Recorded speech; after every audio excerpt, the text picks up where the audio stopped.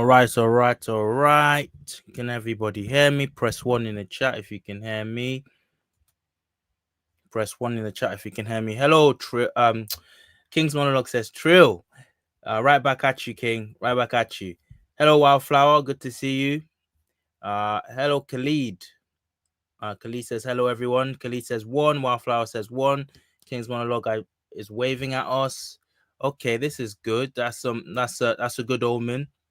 We got a heavyweight in the building already. This is brilliant. Okay, sounds like everyone can hear me. I'm gonna put Kamji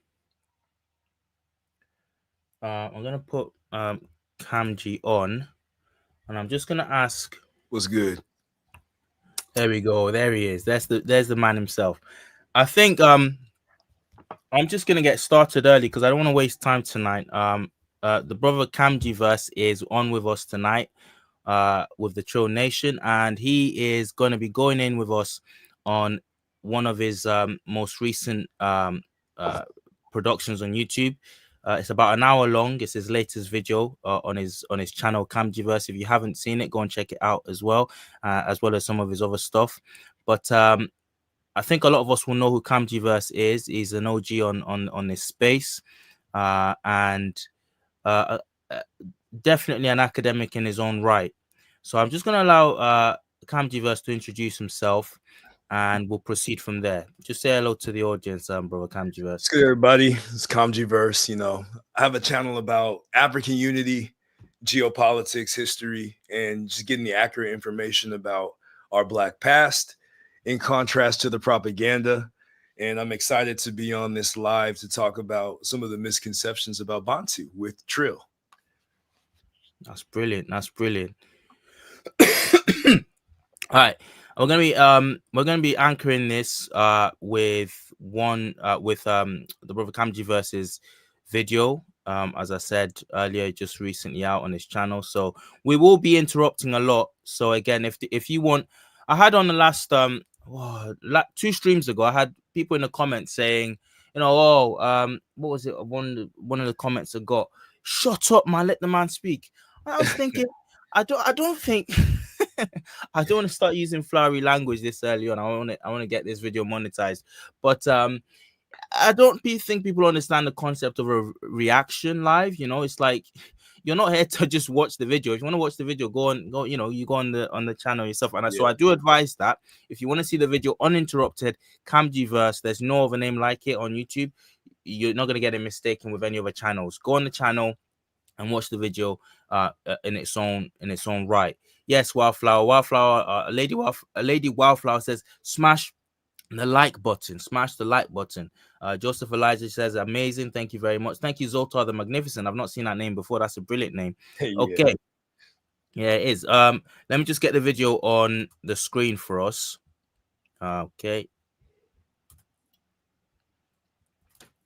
Anything else you want to add before we go in? Kamjiverse, can you just kind of give people a rundown of what this Bantu controversy is? Just in your own words.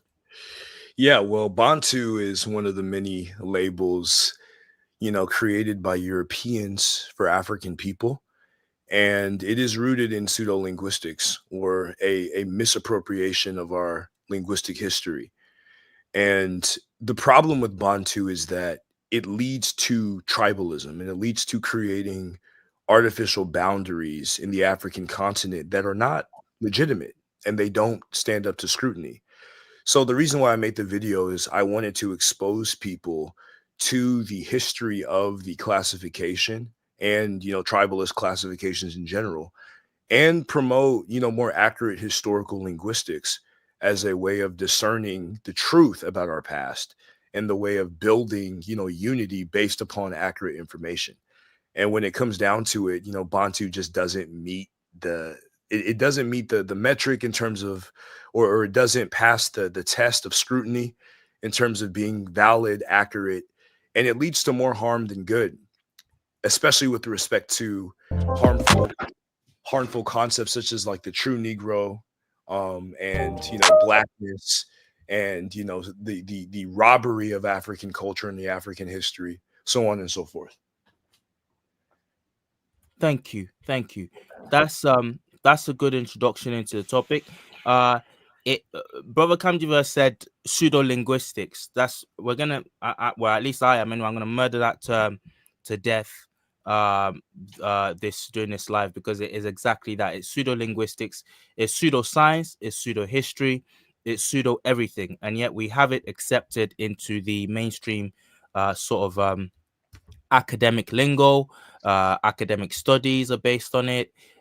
It's outsiders looking at Africans and deciding yet again the labels to put on us, and then marketing that to the world and saying this is what it is. It's outsiders speaking on behalf of Africans, and it doesn't. When you look into it, well, the video, this video we're about to watch will show that. So let me not gild the lily, as we say over here. I will just hit play, and I hope everyone enjoys what's about to take place. Right, let's go. Today, we will discuss some of the flaws of the Bantu paradigm and why Bantu as a concept should be thrown in the dustbin of history. Bantu is a relic of colonial ethnography. To begin, we must start with the German-born South African linguist Wilhelm Bleek, who is the inventor of Bantu in linguistics. The technical term Bantu was first coined by Bleek from the Zulu word Abantu, meaning people. Bleek was one of many colonial ethnographers who sought to categorize African people for European powers, so that they could be easy to manage and control. Wilhelm Bleek's legacy in South Africa extends beyond his contributions to linguistics. It also encompasses his role in perpetuating a racial hierarchy system that significantly impacted education. I'm going to stop it there and say we got a long way to go. It's a long video. We're not going to finish it. I'm hoping to get about 60%, maybe just over 50% at least done. And again, I encourage you to watch the video in its entirety on Camjiverse. But I just want to say I love how you've gone straight into the debate. Shout out to that. That's like, I need to take that on board for my videos. You just gone straight into the topic, and it's not you go in to define what this is and where it came from. And once again, it comes from this fellow called Wilhelm Bleek.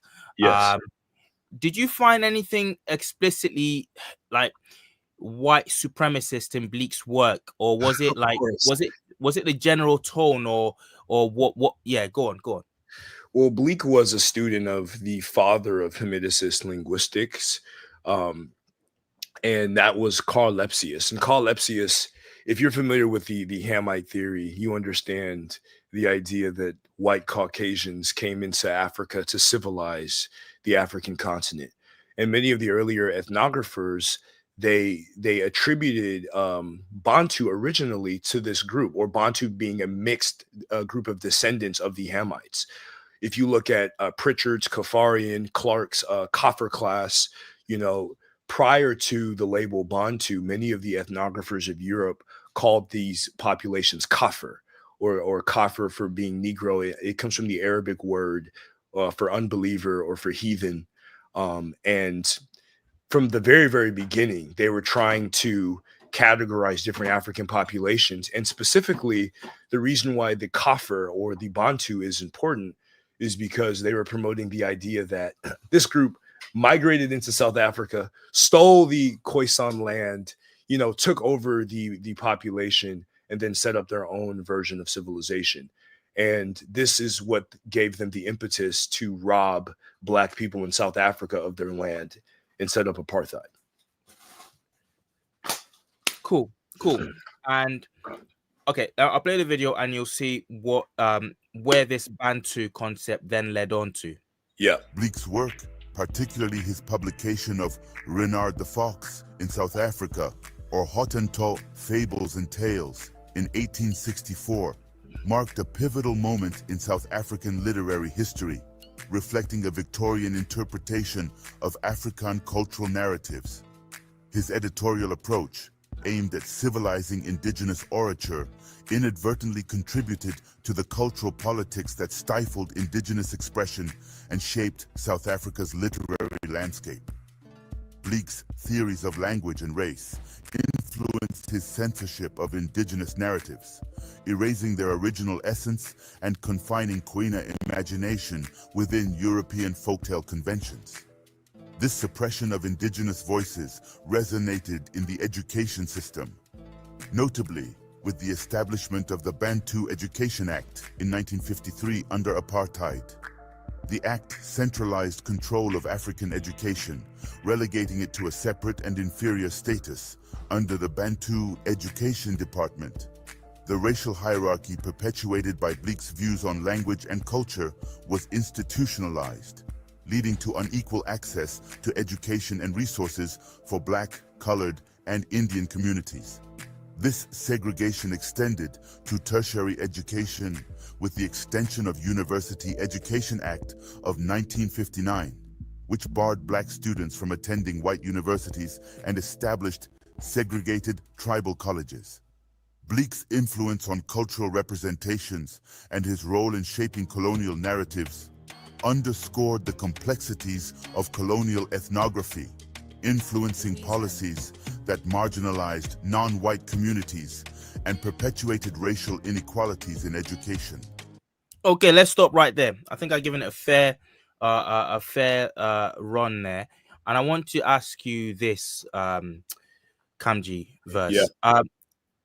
This Bantu thing, this classification based on what what they thought they could see in patterns, and having classified certain languages as from the Bantu family, they then went on to say these are these black this black group, um these are the Bantus. They're all from the same genesis.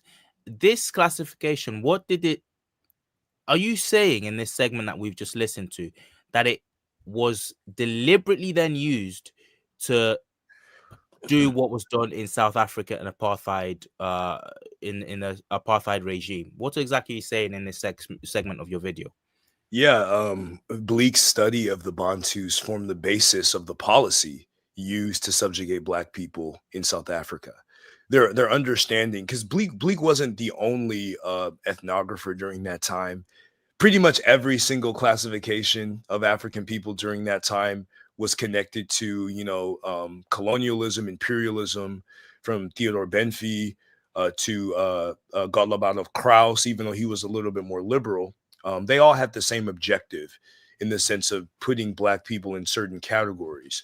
In many senses, some of them didn't believe that, true Negro languages had the ability to categorize gender or conjugate verbs with respect to gender.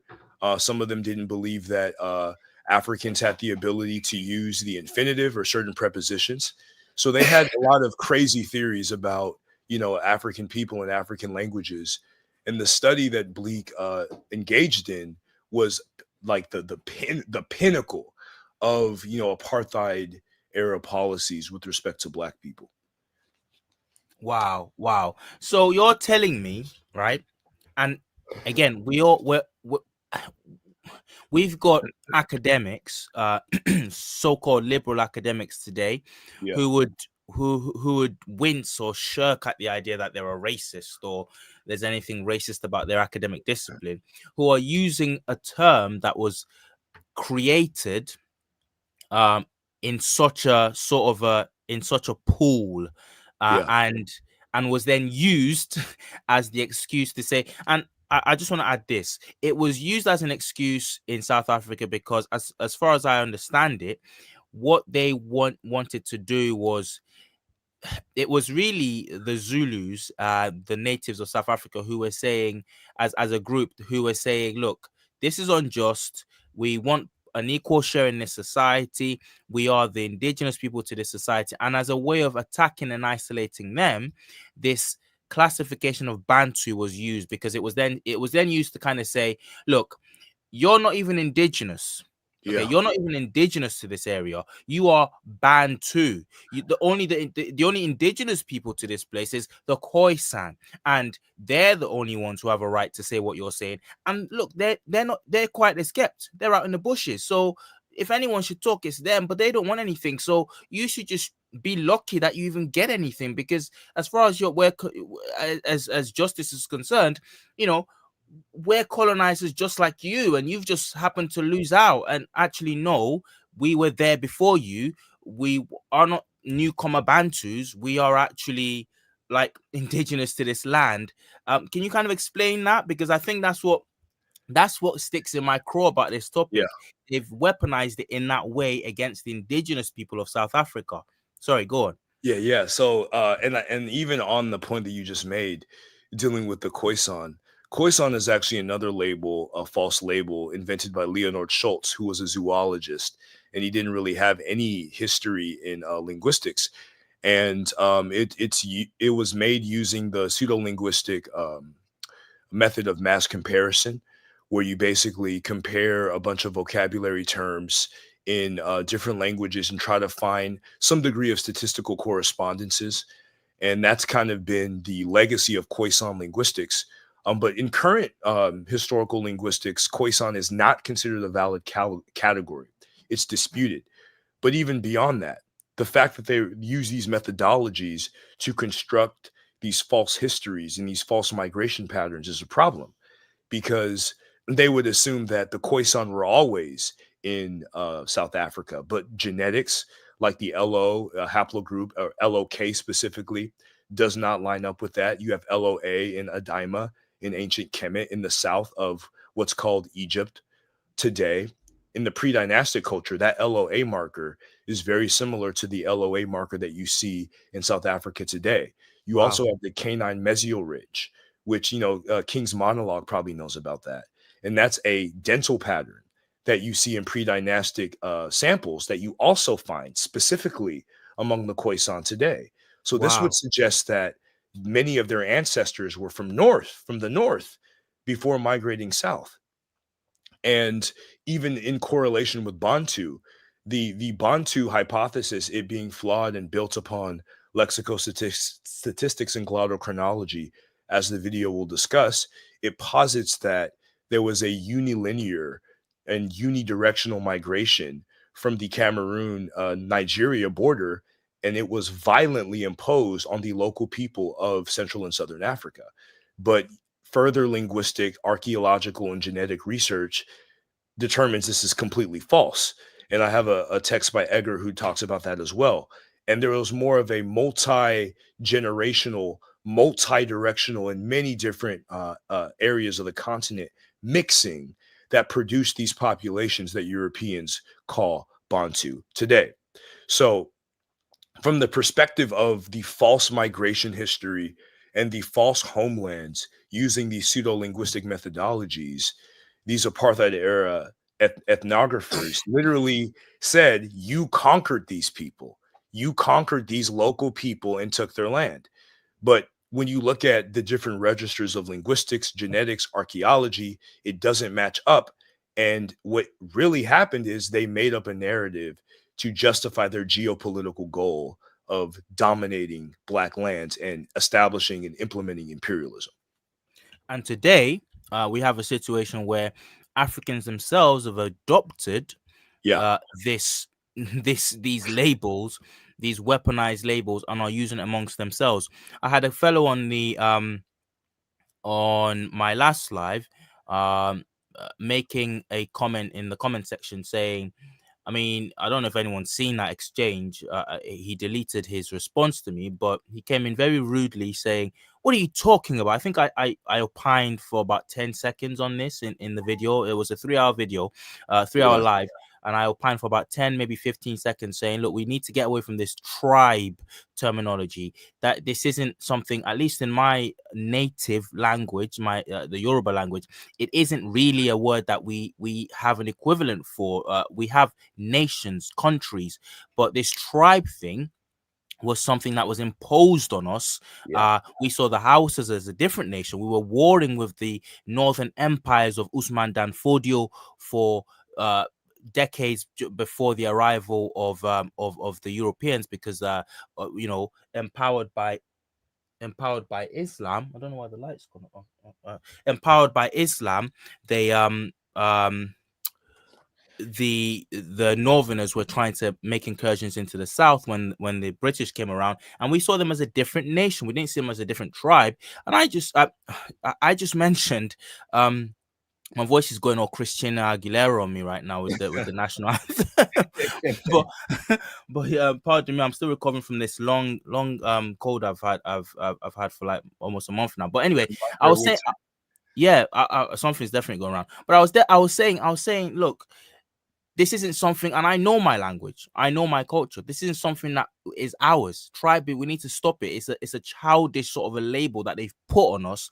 It's dehumanizing almost. You know, tribes. You think of people waving sticks around. We had nations, and this guy, I said that for about 10 seconds, and this guy came in. What are you talking about?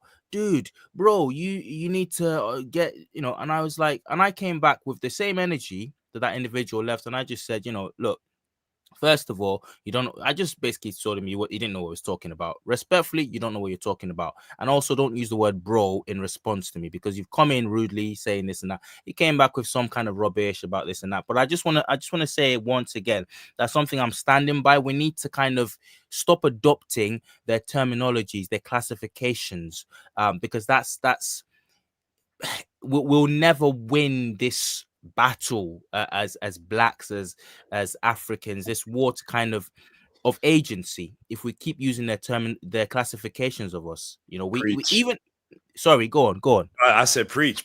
You're preaching to the choir right now. Yeah, definitely. I'll play the video then. Let me play the video. The legacy of Bleek's interventions in South African literature and education serves as a reminder of the enduring impact of colonial ideologies on societal structures and the ongoing struggle for educational equity in post-apartheid South Africa. When it comes to historical linguistics, Bantu has numerous flaws. Dr. S. Lwanga Lunyigo asserts that the notion that language, culture, and race are directly correlated does not stand up to scrutiny. This is evident when considering the example of the Bir language, spoken by both farming and trapping communities in the forest of northeastern Zaire, and by pygmy hunters who have close interactions with them, or neighboring crop growers. Despite speaking the same language, these groups belong to different ethnic backgrounds. Furthermore, the Bira farmers residing in the savannah have distinct lifestyles from their forest-dwelling counterparts who also speak the Bira language. This demonstrates that a single language may not be tied to a singular culture. Conversely, various cultures and ways of life can be observed among people who speak different languages and live in communities adjacent to those mentioned. For instance, the forest-dwelling Bira share similarities in lifestyle with the Walis, who speak a Central Sudanic language, while Pygmies exhibit comparable lifestyles to neighboring Pygmy hunters who speak Sudanic languages. Additionally, I'll stop it right there. Could you explain to us what you're saying there? Well, essentially, you know, many of the Bantu scholars, they try to associate Bantu with certain cultural practices. Like you will see ceramics, you will see ironworking, but as the video will explain, there isn't really a coherent one-to-one correlation between language and material cultures. For instance, we both speak English, right? But that doesn't necessarily mean that we have the same culture or the same practices as, you know, white Anglo English speakers or Indian English speakers. And that's one example. Like two groups can speak the same language but have different material cultures and different histories. And if you want to establish a one-to-one correlation between something like ironworking and the Bantu languages, you have to have linguistic evidence of that. Like you have to have a proto reconstruction of the term. And you have to also, you know, negate the possibility that this could have been given to them by non so-called Bantu speakers. And this is a practice that historical linguists rigorously go through. But when you examine like Lunigo in this UNESCO article, what his analysis shows is that when applied to Bantu, these things don't, you know, meet the test of scrutiny. They actually are very, very flawed. especially when you're dealing with these Congolese ethnic groups.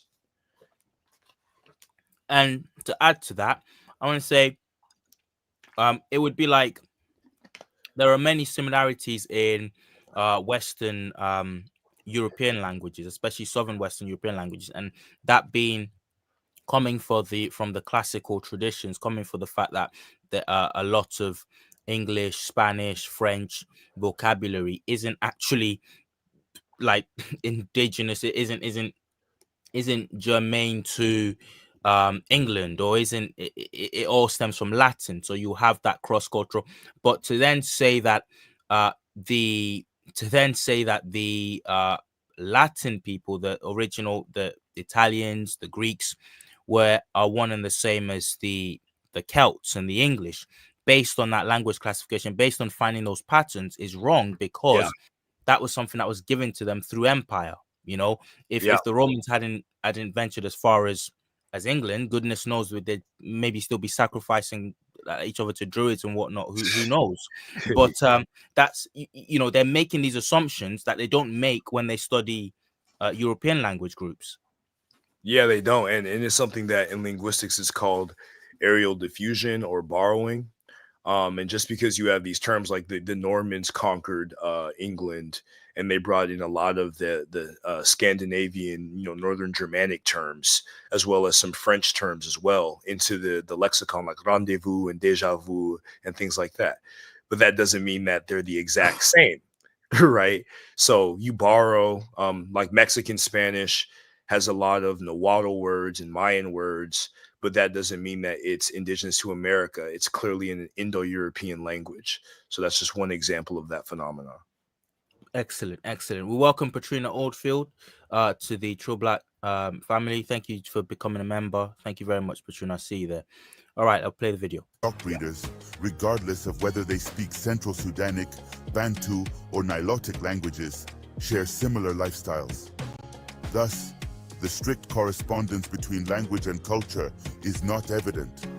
When it comes to the history of Bantu linguistic classification in the mid-19th century, the genetic relationship between Bantu and West African languages was acknowledged by several researchers.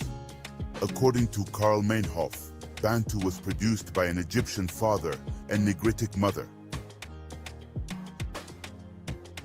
Reverend John Layton Wilson called the inhabitants of Africa south of the fifth parallel, north members of the great Ethiopian Nilotic family, and distinct from those whom he identified as Negritians, who lived north of this point. To Wilson, those identified as Bantu today are the descendants of the great ancient nations of the Nile in Khat and Kush. During the first half of the 20th century, scholars often treated Bantu as a separate language family from West African languages based on typological grounds, a tradition influenced by paleontology and biology. Despite Proto-West Sudanic and Proto-Bantu's resemblances in basic vocabulary and noun class structure, Westermann initially excluded Bantu from the West Sudanic group in 1927, although he later recognized their genetic relationship. Greenberg's contribution lay in situating Bantu within West Sudanic, renaming the group Niger-Congo. Utilizing evidence from Westermann, Greenberg highlighted resemblances between Proto-West Sudanic and Proto-Bantu in vocabulary and noun class affixes, supporting their inclusion. Greenberg rejected a borrowing hypothesis proposed by Guthrie, citing tonal system agreements and dubious explanations for certain borrowings. He argued that fundamental vocabulary tends to be least subject to borrowing, with some words widely found in West Sudanic but not in Bantu, suggesting shared innovations unique to Bantu. Greenberg's distinction between wide Bantu and narrow Bantu, the latter essentially Guthrie's Bantu, sparked further inquiry into their genetic unity. Williamson extended the notion of wide Bantu, aligning it with Southern Bantoid. However, establishing wide Bantu as a genetic unity necessitates further research due to Greenberg's lack of specific examples. The question of narrow Bantu's unity remains under discussion. Recent scholarship has cast doubt on the traditional conception of Nero-Bantu as a genetically unified group. Stewart, 1976. Right, let me stop it there. By the way, brother Kamjiras, you can interrupt whenever you want to. So if you want to Yeah. make a point yourself, just let me know and I'll stop the video. I just wanted to say, can you explain to us explain to me because I'm a layman in this area, and you sound like an expert on this. What is the difference between narrow Bantu and wider Bantu? So these are the border area, the so-called Bontoid border area among Cameroon, on the border of Cameroon and Nigeria. You have like B-Boyd in Equatorial Guinea. And then you have the certain Manenguba languages, in between Zone A, which is in Cameroon, and then Northern Bontoid, kind of north of that point. Many scholars considered wide Bantu to include those groups, and then narrow Bantu does not include those groups. So the main difference in historical linguistics is going to deal with the border area, and Guthrie and Greenberg consistently fought over that. Guthrie was one of the ones who considered Bantu coming from the eastern part of the African continent and migrating down, whereas Greenberg was one of the ones who considered it from the border area migrating down from the Nigeria Cameroon border area and migrating down on the western side of the continent. And one important thing that kind of skipped a little bit is Karl Meinhof. Karl Meinhof, who was pretty much the inventor of Niger Congo. And he was one of the main scholars of African linguistics. That dude was a Nazi. He was a member of the Nazi Party. Wow. Right. He was a member. So a lot of people don't know that, but his research on Bantu was pivotal in the establishment of Hitler's politics Wow. on the African continent. Right. And he actually received a medal from the Nazi Party.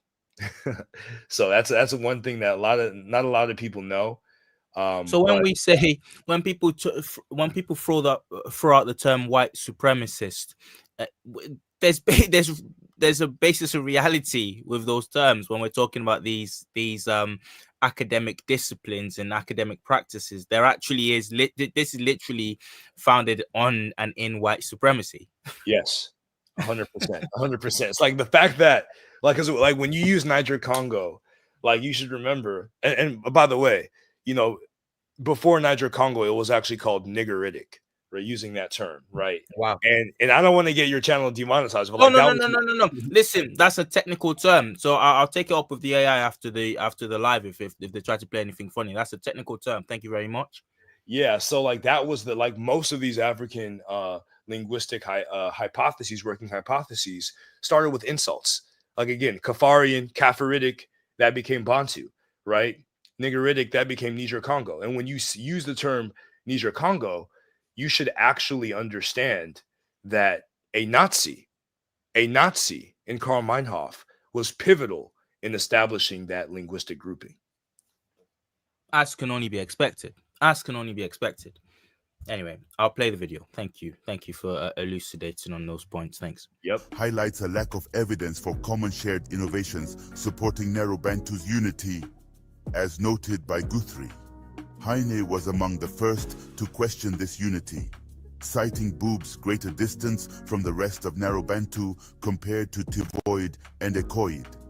Presentations at the 1977 Conference on Bantu Expansion further suggested the exclusion of additional languages from Narrow Bantu, with Heine, 1980b, specifically mentioning several zones for extraction. Bennett and Sturks, 1977 study introduces further skepticism by dividing Narrow Bantu into Equatorial Bantu and Zambezi Bantu based on isoglossic evidence, indicating closer relations with other linguistic groups. Additional studies by Bastien, Coupes, and De Hallo, 1983, using lexicostatistics include Tivoid within Narrow Bantu, yet without shared innovation evidence. Despite remaining questions, it's evident that the conventional understanding of narrow Bantu's composition is under scrutiny. Waters, 1989, underscores lingering inquiries about Bantoid internal classification, including both wide and narrow Bantu's integrity.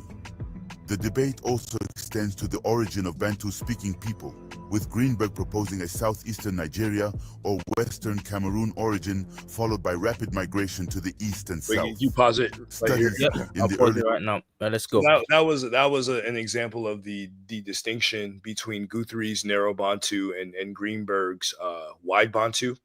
So like again, like Maninguba, the Sawa or Douala, Bassa, Beti, and Bam languages, they would be included in wide Bantu, established by Greenberg, whereas narrow Bantu would not include those languages.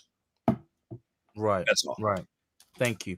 I wanted to also ask this 1977 conference, just briefly, what was it? Oh, that was a conference about Bantu linguistics, trying to figure out whether or not Bantu is legitimate, and if they could connect archaeology and other studies and fields of knowledge to some of the problems and issues. And they were just trying to see, is Guthrie right, is narrow Bantu right, or is Greenberg's wide Bantu right? And most of them took excuse me, most of them took Greenberg's side. So that was kind of the pivotal moment in the direction of Bantu studies, to figure out like how they could how they could basically fix a lot of their errors in the past, and clean it up a little bit. But as you can see today, scholars still wrestle with the same issues that were spoken at that conference, in the sense of trying to find direct correlations between material cultures and genetic signatures and the so-called Bantu working hypothesis in linguistics. They still haven't figured it out. But isn't it also interesting, bro, Kamji? Again, we're talking to Kamji Verse of Kamji Verse fame. A lot of Yeah. us know who Kamji Verse is. Subscribe to the channel. Please, yeah, definitely go on and subscribe to the channel. It's an amazing channel, and it's one. Well, this interview has been conversation has been long in the making. I should have got around to this a long time ago. So again, subscribe to Kamji Versus channel, please, and go and watch this video in its entirety at some point this week. I want to say, a lot of these names you're reeling off citations is really sad, because I'm keeping one eye on the chat, and people are talking about how there's one party saying it's really annoying to have these Western taxonomy of African language and whatnot, and it's really frustrating to have to listen to them. And I agree with that, but at the same time, another side is saying we need what they've in order to counter their lies. We have no choice. We have to engage with this to debunk it, and that it's the way it is. But these names that you're reading off, do you know yourself if half of these people have even had, at the time they were writing all this rubbish, had even been to Africa? Is that something you know yourself? Most of them did not, honestly. Wow. Some of them, like you in linguistics, and linguistics is a very racist field. A lot of times they would have an African, list off certain basic vocabulary of their language, and then they would copy it down and try to relate it in terms of what's called the IPA, or the modes of articulation. Many of them didn't actually have it back then, but that was the attempt of, trying to get a basic uniform depiction of how humans speak language. And they would get these informants, get their data, they would take it back to Europe, America, wherever they were from, and then the linguists would work with them and try to figure out like the different relationship between these African populations. Now, sometimes they would go, sometimes they were funded by whatever colonial empire they were a part of, or government they were a part of, on a colonial ethnography mission to categorize these African populations. So regardless of whether or not they went or didn't, the objective was still a very nefarious imperialist objective. Wow. Okay, I'm I'm gonna press play. Press 1, guys, if you're following, and you are enjoying the conversation, just so we know. Thank you very much. We've got 84 people in the building. Please hit the like button. Let's get that to at least 84 that we got in the building watching. Thank you, guys. 1970s by Henrici, 1973, Heine, 1973, and Heine, Hoff, and Vossen, 1977, support this notion, suggesting a slow penetration of the equatorial forest region, followed by swift expansion into savanna regions to the east and south.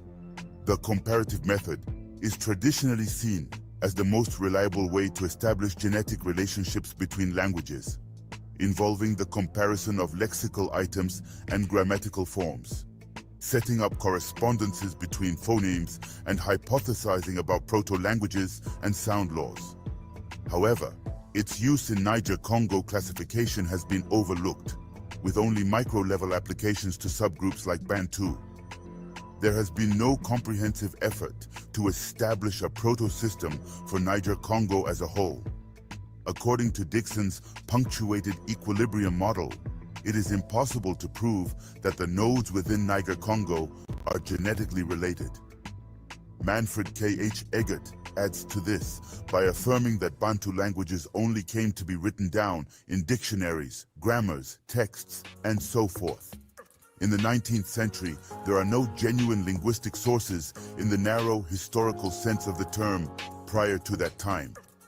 That is to say, Bantu languages are not attested by authentic evidence before the 19th century. That is to say, that even the earliest written Bantu material is all but contemporaneous. With the temporal context, historical Bantu linguists tried to reconstruct. Thus, all Bantu reconstruction is based on the comparative method of historical linguistics, or some derivatives of it, developed in the 19th century. By contrast, a number of Indo-European languages are attested to by original texts, some of which go back to the first half of the second millennium BC. Also, while we are dealing with about 300 to 500 Bantu languages, Indo-European is restricted to about 140 languages, which have been intensely studied since the beginning of the 19th century. Today, Indo-European is considered the most exhaustively analyzed language family on a global scale. The important point to remember here concerns the fact that with regard to Bantu, the comparative method is not capable of furnishing any information on the absolute time depth of the reconstructions achieved by it. As just indicated, these are exclusively based on what one might call a kind of linguistic presence. Sorry, so can you I'm just gonna wait for it to, it keeps kind of getting flustered a bit. I'll wait for it to catch up. I want to ask you, brother Kamjiverse, what point are you making there with the scripts when you talk about the scripts not having Bantu scripts not having been written down prior to the 19th century? And just before you answer, shout out to Black Rampage 2 with the $9.99 super chat. It's always good to see you here. Thank you very much for letting your presence be known with that with that donation. Thank you so much, brother Black Rampage 2. So go on. So brother Kamjiverse, can you explain that to us? Yeah, so basically, without an attestation, it's difficult to discern the history of the language. So Bantu, like if we're referring to a unified group, we need some evidence for it. In the case of Indo-European, you have Sanskrit, you have Greek, you have Roman, you have even certain Lithuanian languages at the beginning of the Common Era. So they can go back and look at these languages and see, the evolution of these languages through time with respect to their modern descendants. But with Bantu, and especially if you consider like Bantu languages are unrelated to the classical Kemetic language, which we know that that's not true. But if we consider that to be a fact, there's no attestation of these languages in the BC era. So we don't really have any tools in terms of orthography to determine, their historical development. We kind of have to guess based upon what we have today. And that's what they're doing. They're doing a lot of guesswork and they're presenting it as sophisticated academic inquiry. Yeah. Anyway, right, we'll press play. Consequently, this is also true for all speculative efforts of linking all language detachments or splits in the rainforest and el sewer to an absolute temporal framework. In general, modern historical linguists do not consider the methods of lexicostatistics and glottochronology used to build Bantu as valid. This means that the underlying linguistic configuration of the Bantu languages within Niger-Congo are fraudulent. Wow. Dr. Roger Blench states that Bantu is definitely not a group. This may seem surprising in the light of the published claims to the contrary, but the argument from comparative linguistics, which links the highly diverse languages of Zone A to a genuine reconstruction, is non-existent. Most claimed Proto-Bantu is either confined to particular subgroups or is widely attested outside Bantu proper. Blench also affirms that Bantu is definitely not a group. For Dr. Theophile Obenga, Proto-Bantu should not be used in the scientific process of comparing the pharaonic language with modern African languages because of its flawed configuration and the absence of essential linguistic elements observed across the continent. The Egyptologist Dr. Mubabinge Bilolo continues by stating that Bantu is a white South African pseudonym invented to erase to the historical legacy of the great Ethiopian family described in classical literature. Wow, I just need to stop it there. I just need to stop it there. I was I was happy when I was watching this myself. I watched the video twice over, and each time I got to this bit, I did a little dance. It was amazing. So, can you explain first? So, in two parts, can you give us dissect again what Theophilo Benga was saying there, and the second professor? Can't remember his name now, but yeah, the second professor as well, please. Yeah, so Theophilo Benga was saying that when you look at Proto-Bantu and the fact that it was built using, the Greenbergian multilateral comparative analysis and mass comparison, lexicostatistics, and glottochronology, it's built using a model that can't detect borrowing and can't detect aerial diffusion between these different populations in Central and Southern Africa. So it doesn't really give us any genealogical facts about the development of these languages. It's more of a synchronic or a same time type of methodology as opposed to a diachronic or a historical methodology. So if you were to use Proto-Bantu as a rubric in the comparison between, say, the Kemetic language in the Khan or the Kemetic language in Yoruba, you will find things in Proto-Bantu that don't match either the Metrem Kimi or Kemetic language or these West African languages. So Obenga said, don't use Proto-Bantu because it's a faulty metric in terms of the evolution of these languages. It'll make you think that certain elements should exist that don't exist, or certain elements don't exist that do exist. And if you were to examine the proto words for bad or bini, and do you speak Yoruba fluently? Yes, I do fluently. Yeah. How would you say bad in Yoruba? Buru, Buru. abikoda. Buru. So you probably have some either some nasal assimilation going on there. I don't want to speak too prematurely, but what I'm trying to state is that if you look at the word for, actually, let me see if I can share my screen. I want to show you this. I want to show you this actually. Let me bring it up because I need to show you the article If that I'm there's talking anything about. I need to do to allow that on my end, let me know, because I'm still kind of new with this. Yeah, let me see if I could share this. Let me see. Because I don't have the phonological transitions memorized off the top of my head, so I'm going to need some assistance with Obenga's research. Parente Egyptien, Apparente, no. And a lot of his work is in French. Obenga. I'm just amazed. I'm really amazed. I don't want to say impressed because that's patronizing, but I'm just amazed at the fact that we got Black Americans, all kind of Black people looking into, like, just all of us doing this homework. This is just amazing. There's no, and I want to stress this again, there's no sort of, oh, I'm FBA and I'm African and you're this and that. No, this is awesome. This is how we take back the narrative. This is what I hate to use the they and them paradigm, but this is how they united to do what they did, for bad in terms of how they passed Africa, but we can unite for good. There Yeah, doesn't need to be all this tribalism, for want of a definitely, better word. definitely. Do you see the screen in the background? Yes, so I'm going to share that now. Brilliant. Okay. Okay, so this is his article about the phonetic regularity between Yoruba and the Kemetic language, and I'm gonna scroll down a little bit to the part that I'm looking for. So you have the bilabial stop. So germinate ba in Yoruba, place ibu. Is that how you say that? Yeah, yeah, yeah. Well done with the good tonality there. Yeah.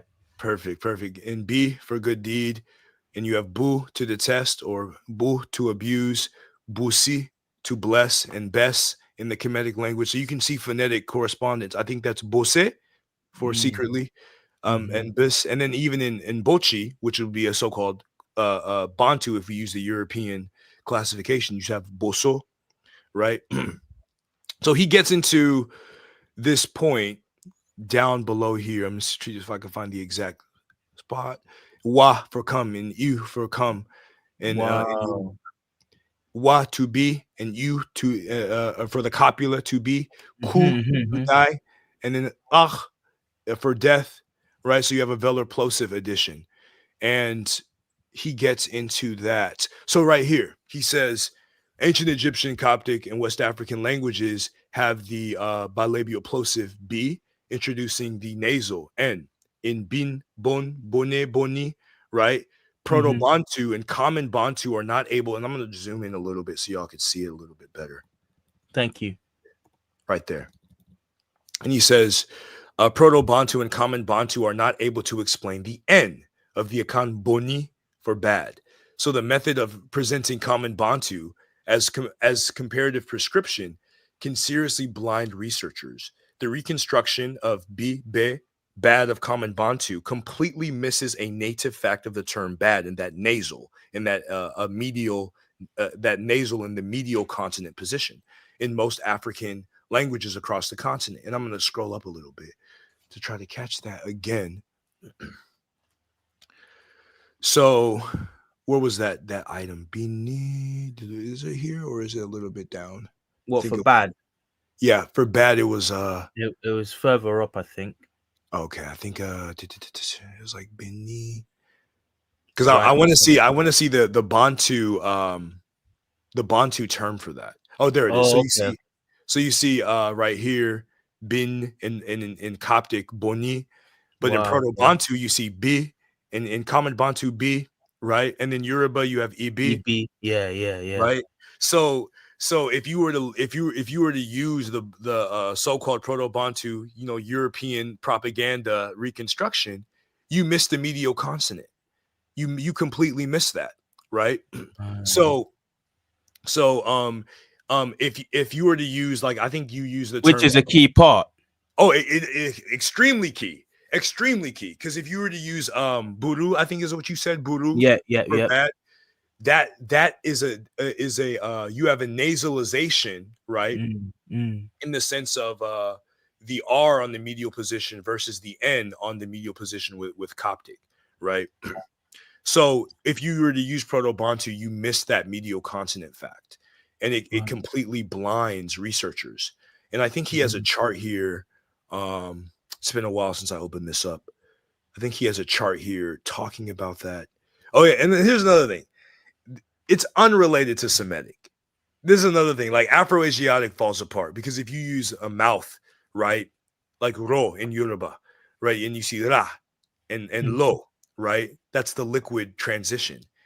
Unrelated to Semitic. You have pu, pe, and fu, right? If you look at the transition from the pa to the fa.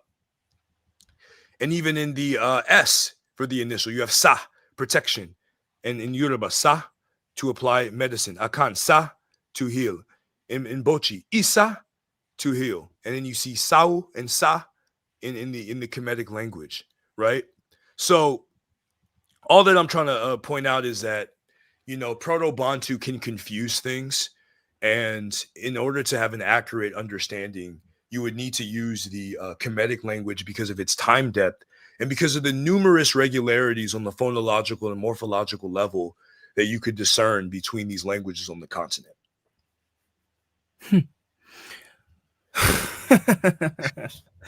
Oh my goodness.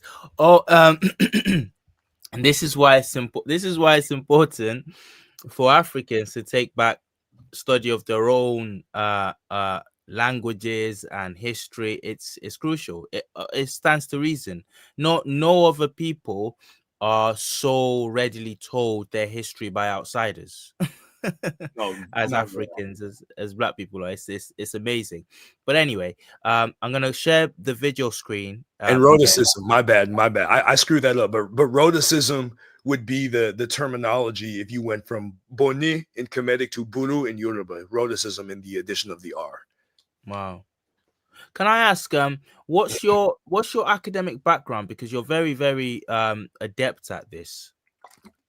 Engineering. I was trained as an engineer, but I've had my grandfather was a historian. My family's Wow. actually a famous royal family in Africa.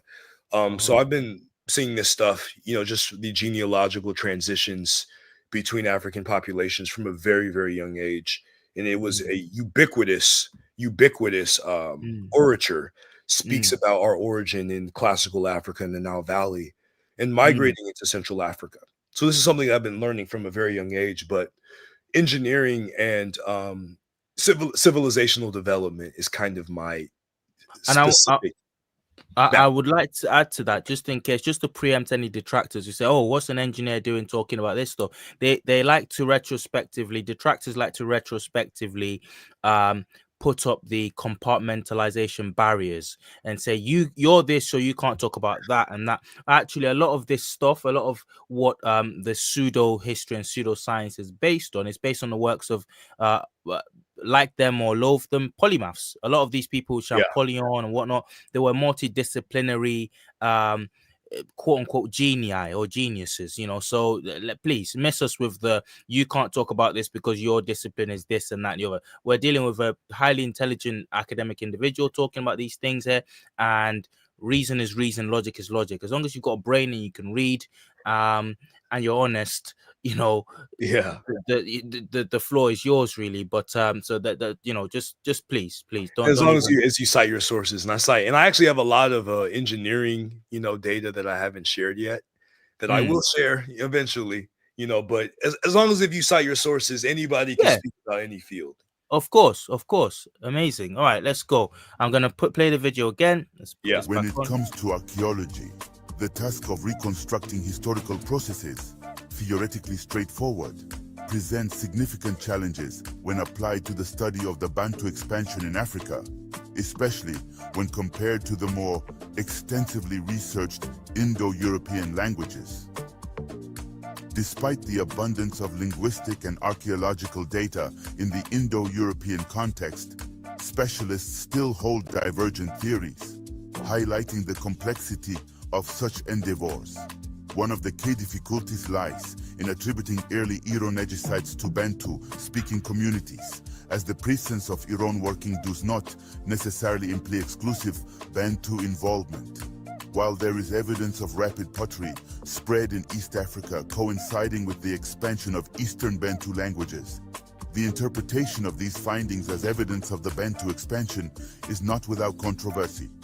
Limited excavations in other Bantu-speaking regions further complicate efforts to draw conclusive connections between linguistic and archaeological evidence.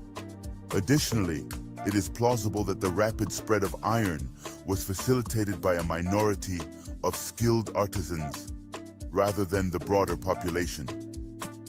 Importantly, archaeology alone cannot determine the language spoken by ancient peoples, emphasizing the need for careful consideration and comparison of linguistic and archaeological data to gain insights into historical processes.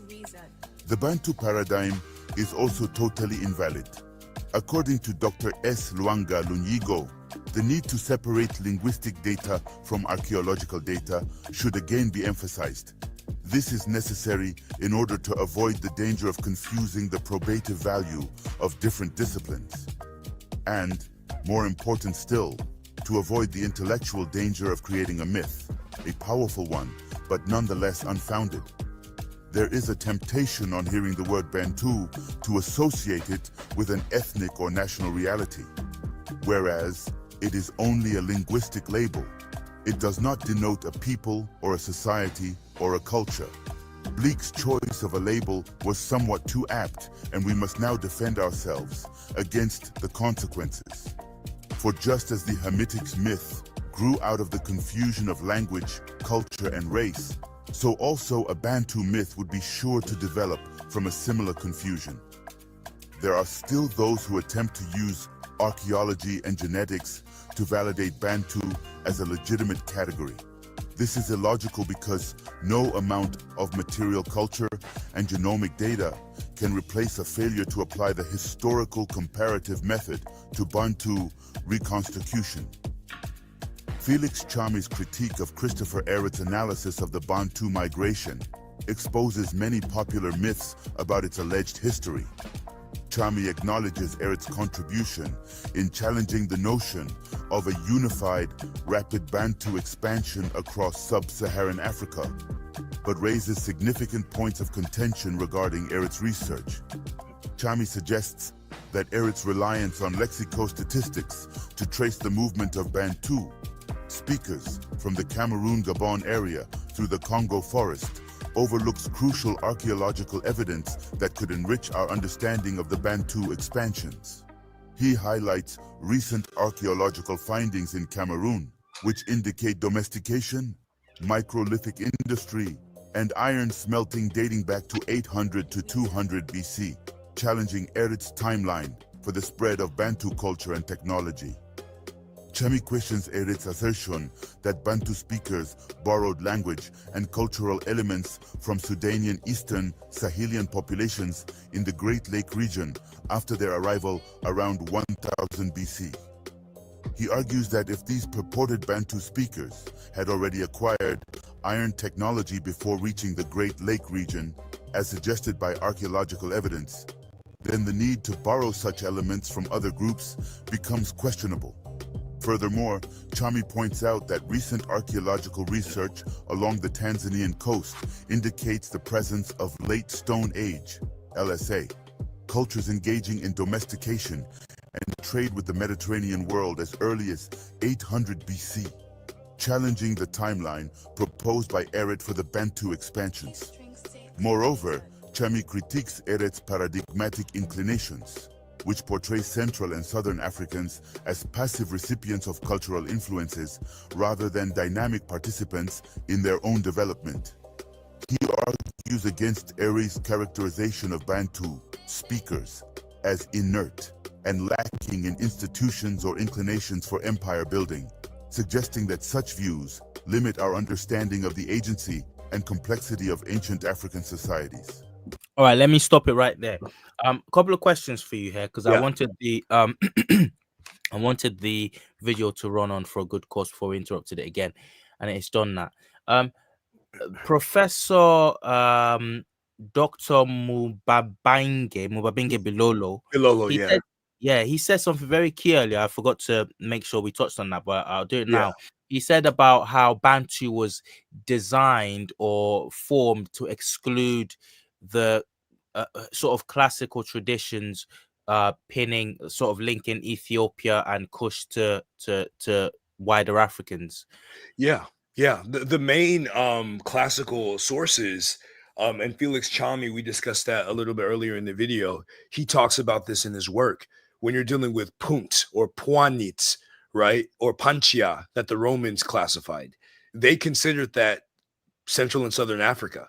Even John Layton Wilson, he called the great Ethiopian family as all of the Africans south of the 15th degree north parallel, right?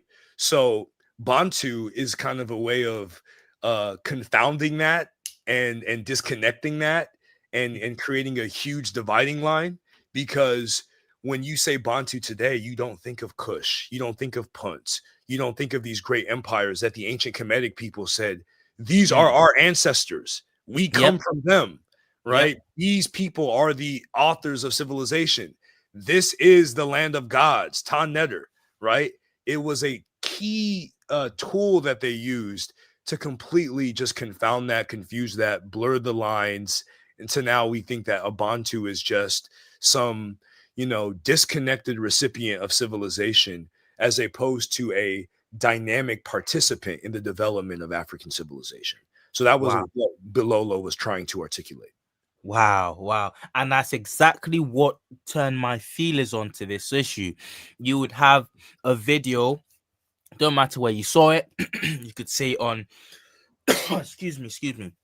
You could see it on Know Thyself, Yeah. Kweli Mika, The King's Monologue, my channel, your channel, Camjiverse, and somewhere in the comments, providing somewhere in the comments, you'd have somebody come along, some no good, bitter type, sitting in his basement somewhere, just angry at the thought of black people just happy about their heritage. Just come on and say, Yeah.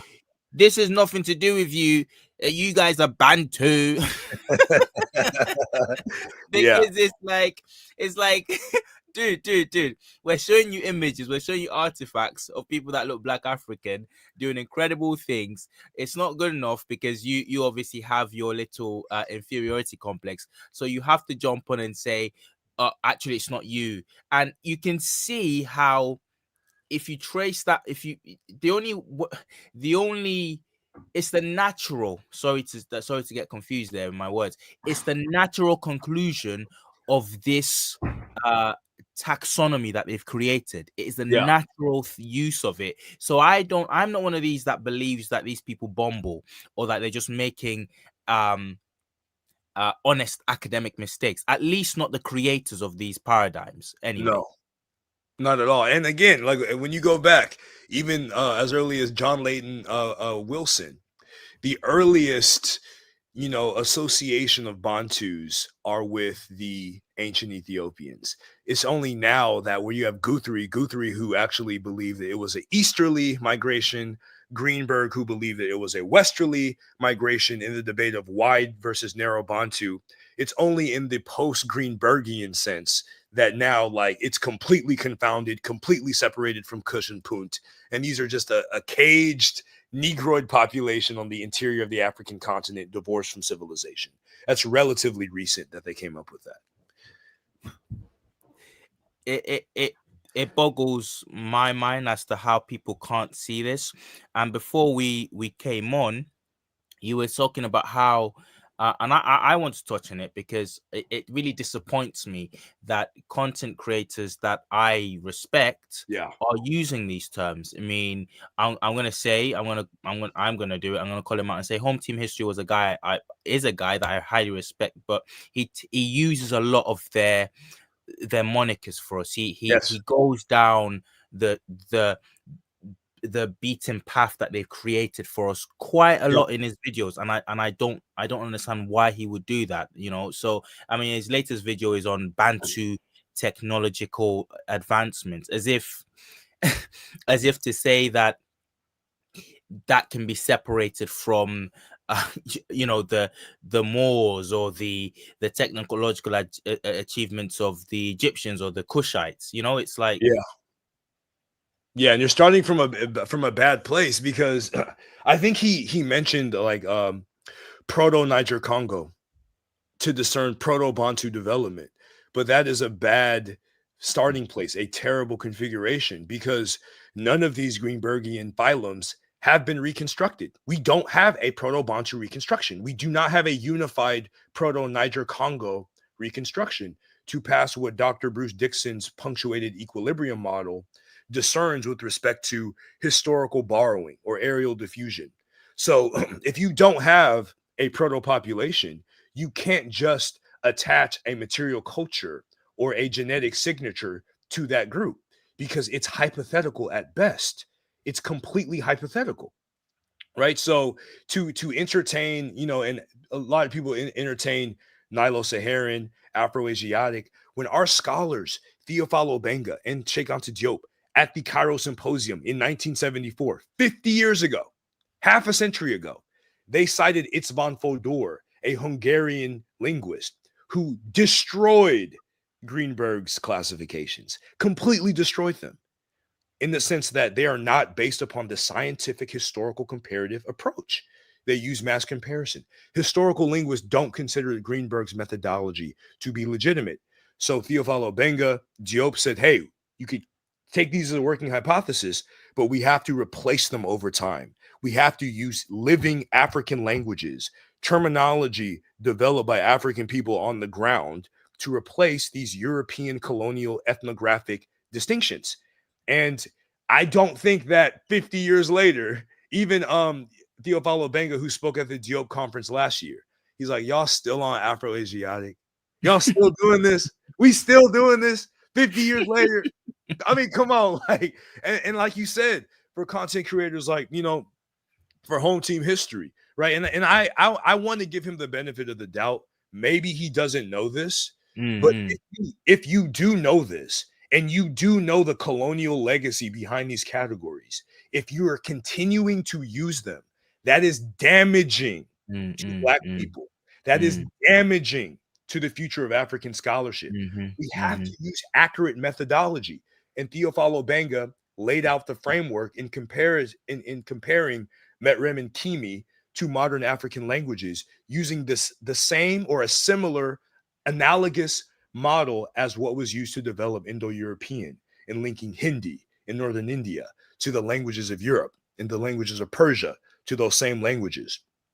So again, we have the model, not the Afro-Asiatic, pseudo-Afro-Asiatic model, not the Khoisan, not the Bantu Niger-Congo model, but the scientific historical comparative linguistic model, who, you know, linguists like Saussure, you know, multiple linguists like Troy Allen, Satzinger, even European linguists have said that this is a valid field of inquiry, using Metrem and Kimi, or the ancient Kemetic language, to discern the evolution of modern African languages.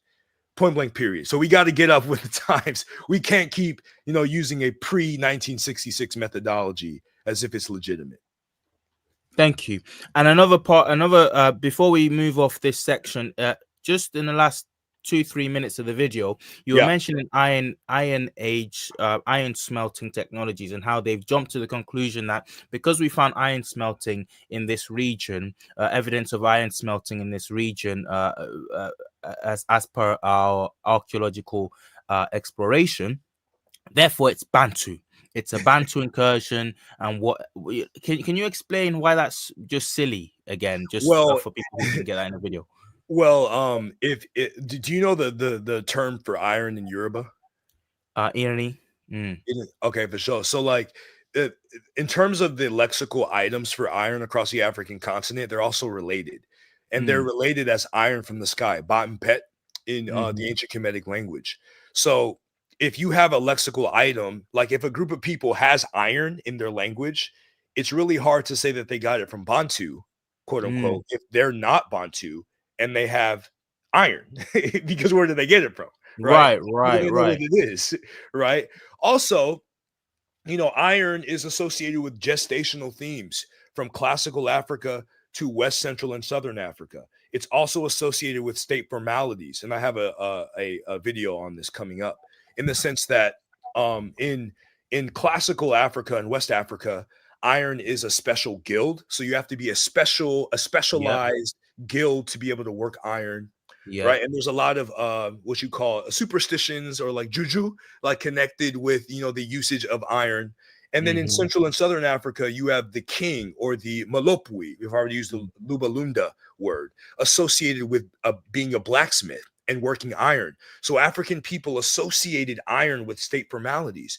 If this is something that is only a Bantu thing, you wouldn't have these same elements and components within other areas of the African continent. So this is actually, when you look at ironworking, and Hamadi Bakum, Dr. Hamadi Bakum, who is a student of Sheikh Anta Diop, has a great book about iron metallurgy in Africa that I recommend. And he speaks about this. Iron actually unifies the African continent as opposed to separates it into different colonial categories. I want to play this clip. It's a very short clip. Finally, get ready for it's as you're speaking, I was reminded of it, and it relates to the part where you're talking about in your video about iron. So they make these assumptions based on the fact that we found iron, and you made a good point there about how if non-Bantu speakers have iron in their vocabulary, where have they got it from when they're not supposed to have, iron have the technology, because that just belongs to Bantus. Okay, so Yeah. this video, every time I think of this pseudo knowledge that they impose on that on Africa, I'm reminded of this clip from Futurama, and I'm just gonna play it. Sack it if it gets done for copyright, but it's important. It's hilarious to me. Play this video. Some serious moon action. So Fry and Lena are on the moon, and they're just seeing what the moon looks like 1,000 years in the future. People who know Futurama will know the backstory and everything. I'll start it again. Finally, get ready for some serious moon action.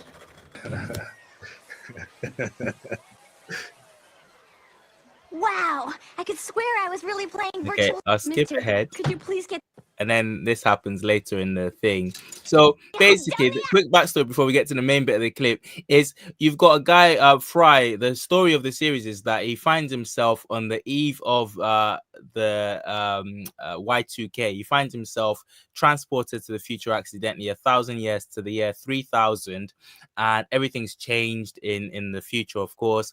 But he gets a job in the future as a intergalactic delivery man, and that one-eyed woman you've seen with him is part of his crew, and they're on a mission to deliver something to the moon. And 1,000 years in the future, in Fry's reality, the moon has been colonized and recolonized by human beings to the state where it's now really just an amusement park. There nothing really goes on there. You can imagine it as a giant sort of dystopian Disney World, and they're on the moon. They're on the moon to deliver a package. But whilst they're on the moon to deliver a package, they go on the rides and the amusement parks on the planet Moon, and this ride is supposedly telling them the history of the moon. So I'll play the germane part of the clip, the bit I found funny. Oh, that's a name! No one knows where, when, or how man first landed on the moon. That's not how it happened. Oh, really? I don't see you with a fungineering degree. This is stupid. I'm taking this thing out to the real moon. Fry. So they've built this idea. It's so far in the future that nobody really knows how man got to the moon. But you've got this thing called fungineerism. I'm a fungineer, and only fungineers know how man ended up on the moon, and that's their that's their logic, and that's their reason for how we ended up on the moon 1,000 years from now. It's essentially what we've got today with these archaeologists and Egyptologists just running amok over other people's history. And Trill, like if you talk about Yoruba history, they'll be like the Euroboid came from the Nigeroid, Congoid, and migrated down. But if you talk to Yorubas, they're like, no, that's absolutely not. They're from Odudua. Like, yeah. Can you listen to us and our stories about us? Like there's no Yoruba word for Niger Congo, right? But you do say Adulawo, right? For black men, and that relates to Kimi and Kemet and Ile Adulawo for Kemet, the nation of black people. That's in Europe. Wow. That's an ancient Kemetic. Wow. That's clear naming convention. Wow. I'm gonna look into it. I've never heard that before. I've never heard that phrase. But again, I'm very removed. I speak the language, but I'm very removed. I've been in this country, been in the United Kingdom since I was a wee lad. Yeah. So there's a lot growing up that I disdain, that I thought, I don't really need to know about that. I ain't no African booty scratcher. So I'm learning in my adulthood. So that's on me. That's my fault. But wow, I'm gonna ask my mom about that later this week or weekend. Anyway, brilliant. All right, I'm gonna press play again. Yeah. Tommy's analysis of schematic geometric amorphous drawings in the Lake Ukerewe Basin revealed a script that resembles the North African Tifinagh script, which originated from the ancient Kemetic hieroglyphs. This suggests that the people of Central and Southeast Africa had extensive interactions with the ancient civilizations of KMT, Garamante, and Carthage. Chami calls for a paradigmatic shift that recognizes the potential for Central and Southern Africans. to have developed centers of civilization and engaged in various enterprises, challenging the prevailing narrative of a violent, disruptive Bantu invasion. Chami concludes by commending Erit for prompting critical reassessment of the traditional narrative of Bantu expansions, but emphasizes the need for a more comprehensive approach that incorporates archaeological, linguistic, and historical evidence. He suggests that by integrating diverse sources of data and adopting a more nuanced understanding of African societies, scholars can achieve a more accurate and holistic interpretation of history. According to the African Union Factbook, another important stream of the emigration form, ancient Egypt came down southwards through the Congo forest. From the Congo forest, some went westwards to occupy the near west coast of Africa. Others more migrated from the Congo forest, precisely around the general area of present-day Cameroon and Gabon, to occupy East Africa and what is today the SADC countries. This was the branch from ancient Egypt that European historians call the Bantus, of the now famous Bantu migration, which took place between T1 1000 BC to 1500 AD. But originally, they were from the stock of ancient Egypt and Nubia, who migrated to avoid the foreign invaders, who attacked their homelands in the Nile Valley. Research by Dr. Kewang et al. Reveals that the southern-bound migration streams into the continent could have been rooted in ancient Kush. The retrieval of ancient DNA, aDNA, from a 4,000-year-old hair sample in Sudan reveals genetic relatedness of the Kerma period individual from Sudan with early pastoral groups in Eastern Africa suggests a possible genetic source population for Eastern African pastoralists, highlighting the rapid southward dispersal of pastoralists from the Middle Nile Valley. The study emphasizes the need for additional aDNA from ancient northeastern African populations and underscores the value of preserved ancient hair as a source of aDNA for future research, particularly where typical aDNA archives are unavailable or poorly preserved.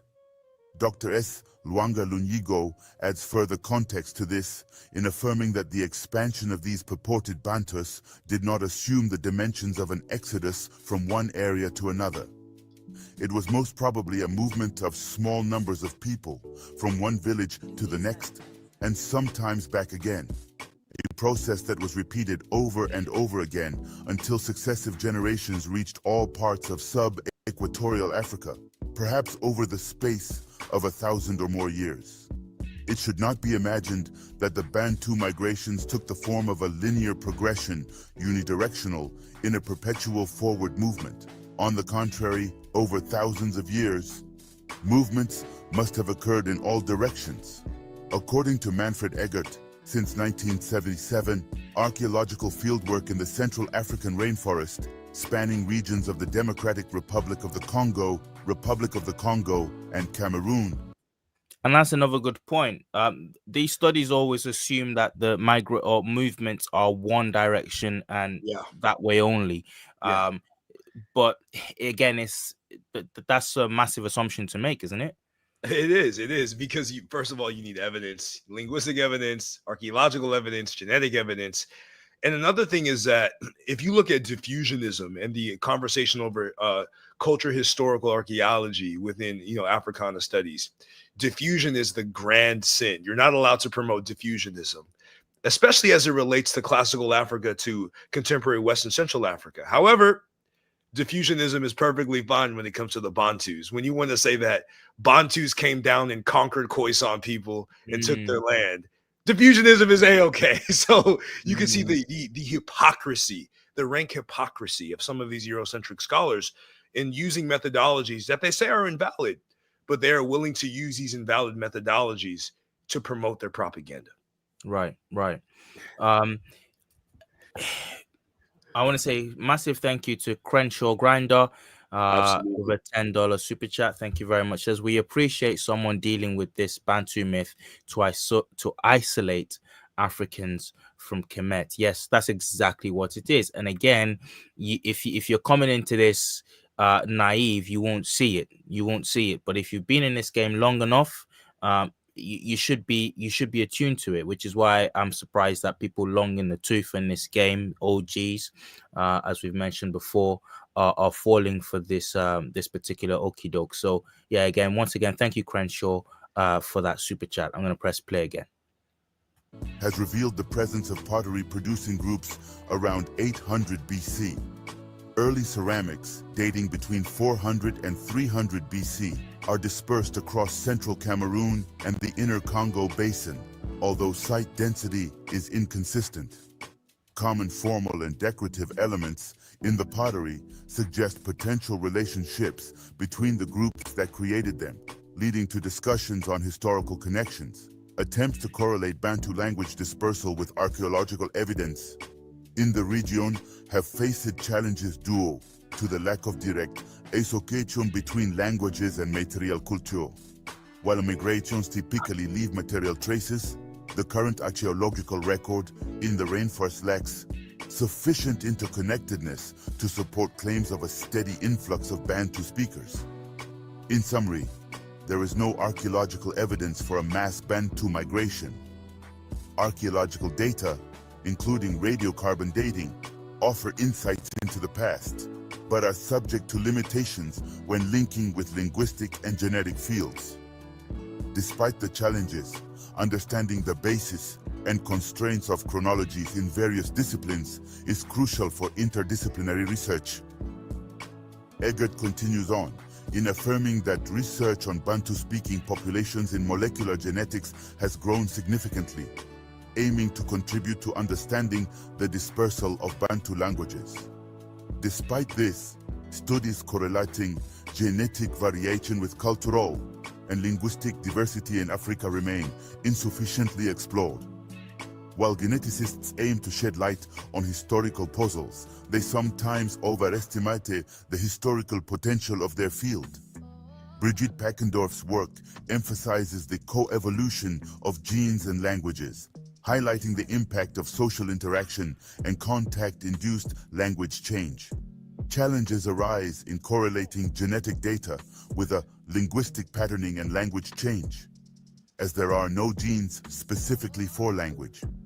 Furthermore, genetic studies in Bantu Africa remain limited, particularly in central, southwestern, and southern regions, impacting the potential for comparison with linguistic and archaeological data sets.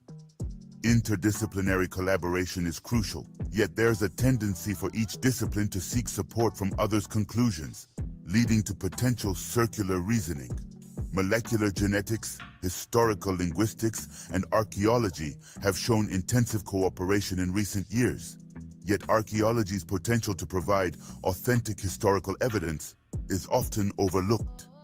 The origins of Bantu languages are believed to stem from northwestern Central Africa, with their speakers likely migrating through the equatorial rainforest on their way south. However, despite the dominance of Bantu languages in the forest, there's a lack of material evidence to support population movements, hindering connections between linguistics, genetics, and archaeology. Without ancient DNA, both genetics and historical linguistics struggle to establish arguments based on authentic evidence.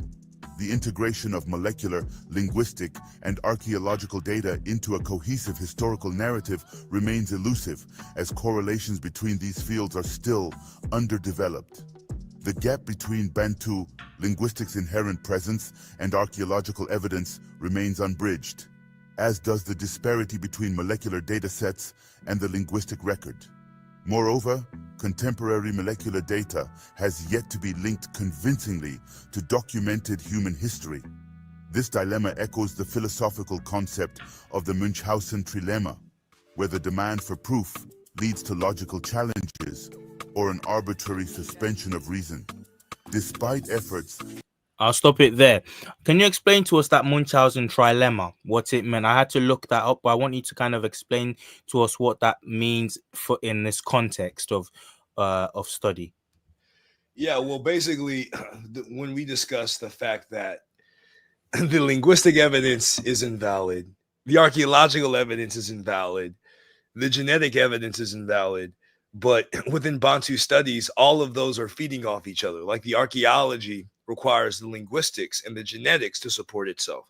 The linguistics requires the genetics and the archaeology to support itself. The genetics requires the archaeology and the linguistics to support itself. And they're all invalid, so you have a trilemma. You have a circular trilemma that just falls apart. I think let me just quickly where does it say? Yes. Right. So I just saw that turn of phrase, and I thought, oh, well, that's interesting. Is that made up or whatever? And it's basically there are three branches of it, and it says on Wikipedia the Munchausen trilemma is that there are only three ways of completing a proof: the circular argument, in which the proof of some proposition presupposes the truth of that very proposition, which is that certainly can be seen in this whole Bantu thing. Is that, like, you've kind of what you've just said, you've got erroneous sort of foundations kind of backing each other up in a kind of circular way. Then you've got regressive argument, in which each proof requires a further proof ad infinitum. It's not really what we're talking about here, but it certainly this Bantu thing can exhibit features of that. And then you've got the dogmatic argument, which rests on accepted precepts, which are merely asserted rather than defended. Again, that can be seen in this, because you've got lots of assumptions that are made in this whole pseudo study that are never they're never forced to answer for. They're never forced to actually say, like, I'm trying to think of a brilliant sort of example of that. I don't know if you can think of one, but there are assumptions. These things are built on assumptions that are never questioned. I would say, like, white supremacy is an example of that. Right. I just to think of I'm not sure if this even qualifies as an example of what I'm saying, but the whole Khoisan thing is strange to me, because you've got a group of people who they are now effectively saying are white. They're doing with them what they did with the ancient Egyptians, which again kind of tells me that they might be related to the ancient Egyptians, and they know that, and so they're preempting us by kind of isolating them from Black Africans, because they will say, and there are actually not credible voices, but accepted voices out there on YouTube. I think the King's Monologue did a good live on this individual. I don't want to mention him. This bitter old man on the dark corner of YouTube, saying that the Khoisan, he actually went as far as to say the Khoisan are actually a white group. They're a white group of people deep in Africa, and that's all there is to it. So they're everything but black.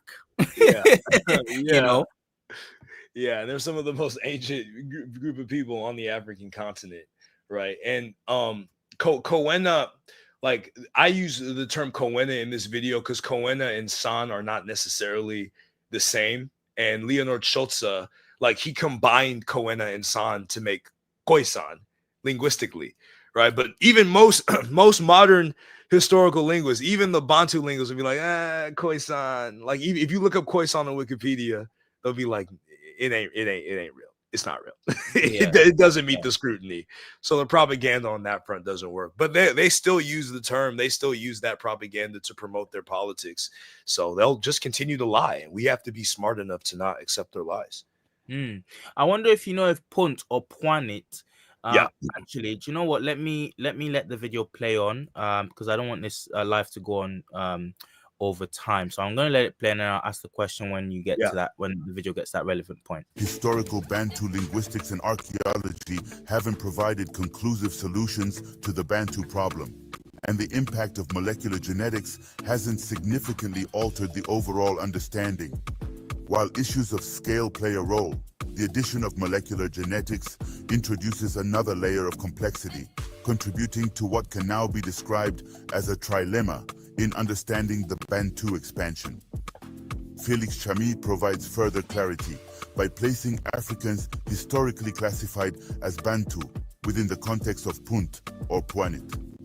According to his analysis, classical maps often defined ancient Punt. Now, turning to the land of Punt, it is well documented that Papio Hamidras Papio anubis and Papio cynocephalus are species native to sub-Saharan Africa. Remains of these species have been discovered within the pharaonic civilization, or they are depicted in amulets, as with Papio cynocephalus. All these animals originated from the south, towards the land referred to as Punt or Pwani by the ancient Remenkemi. Dr. Felix Chami argues that a long-standing colonial legacy has confined the boundaries of Punt to northeast Africa. However, several pieces of evidence support a broader extension of Punt into the Swahili coast, the Great Lakes region, and southern Africa. A comparative analysis of toponyms like Rapta and Azania, found in classical Greek and Roman sources replacing Punt and Panchaea, supports this argument. Many scholars have situated Rapta, the capital of Azania, in the Rufiji River area along the central coast of Tanzania. Additionally, there is evidence. So let's just stop right there. This Pwanet and Punt, I have a I have a suspicion, going off of biblical text, that it relates to the word pathros. And I might be wrong, I probably am, but it again, in there you've got, I've mentioned this text before, and I'll never forget it, and I keep going back to it. But in Isaiah somewhere, it talks about how God says he will God's sort of angry with the Egyptians, and he says he will return them into a lowly sort of city state, and they will not be as great as they once were, which obviously happened, we know historically. But that word, when I looked into pathros, it literally just meant or patruzi was what it was supposed to be, according to biblical commentators, and they say it's an Egyptian word, patruzi, and it supposedly means the Southlands, just the vague term for the Southlands. And again, Punt, to me, that would correlate with what you're saying here about Punt, which seems to be just a vague a vague word used to denote deeper into Africa, further south into Africa, not the Horn as they like to make it, but literally deep into Africa, into Central Africa and beyond. I don't know what you make of that. Yeah, I always assume that like Pathros was Kush. Right. So like the Sudan area and then down. But basically, if you look at there's a scholar, I'm blanking on his name, Finch, I think it was Finch. He speaks about Punt being related to like the like Takeneset, or the term for umbilical cord, and he links it to epipaleolithic industries, from the south, that migrated north. So the ancient Kemetic people, when they used that term, they were just referring to the southerly land of their ancestors and the southerly origin point of their culture. So it would kind of be a way of, like, an example would be in the American context, if you were to talk about like the South, for instance, or even south of the border, for instance, it's kind of like a catch-all phrase for all of it, because there's so many different Latin American countries, right? But it's kind of like a catch-all phrase for all of those different societies. And within the context of Punt, it could have been the same way. Like, there could have been a lot of diversity there, but in their mind, they're just like Punt, Pwani, land of the gods, land of the ancestors, and they just moved on. You certainly, if you were using putting it into in an American context, you certainly wouldn't say, from New York and talking about the South. You wouldn't limit it to, I don't know, Rhode Island or something. No. Yeah, everyone would know you were talking about the South. Yeah, and the South starts in like Delaware. So like when you say the South from a Mason-Dixon context, that's going to go from Delaware, Maryland, all the way down to like Georgia, Florida, and they know that you're talking about that big group of land. Yeah. But again, they play dumb. They play dumb when it comes to this, and I think they opt for the Horn because, again, that's not sufficiently. It's not sufficiently removed from whatever was going on in Greece or in places that they like to whitewash. And because of Semitic, Semitic is there, and they love to connect the Kemetic language with Semitic and Afro-Asiatic when it's not related. And, Semitic has so much borrowing from the so-called Cushitic languages, so much that like you look at it and it's like it's predominantly African. And even some scholars were even like, hey, Semitic could have came from Africa. Like Semitic could have legitimately originated. Not everybody agrees with that, but like it is a possibility that it could have came from Africa. Evidence of Romans such as Theophilus and Dioscorus visiting the Mozambique Channel during their travels to Azania.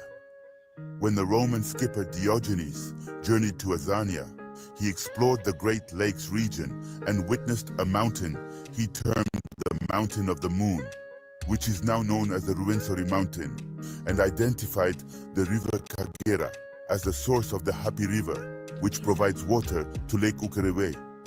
Moreover, there are Siderolithic or Iron Age commonalities in Eastern, Central, and Southern Africa, connected to the Savannah Pastoral Neolithic and Denderit culture.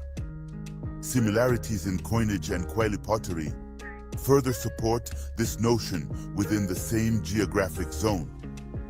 Evidence suggests that early Iron Age peoples along the coast of Zanzibar were involved in sailing and international trade. Maps depicting the spread of Punt culture south align with data from the archaeologist and historian Dika Akwa on the Poutaponda diaspora in Central and Southern Africa. With the application of the proper methods in historical linguistics and archaeology, Dika Akwa's model can clarify many of the questions that the flawed Bantu model cannot answer.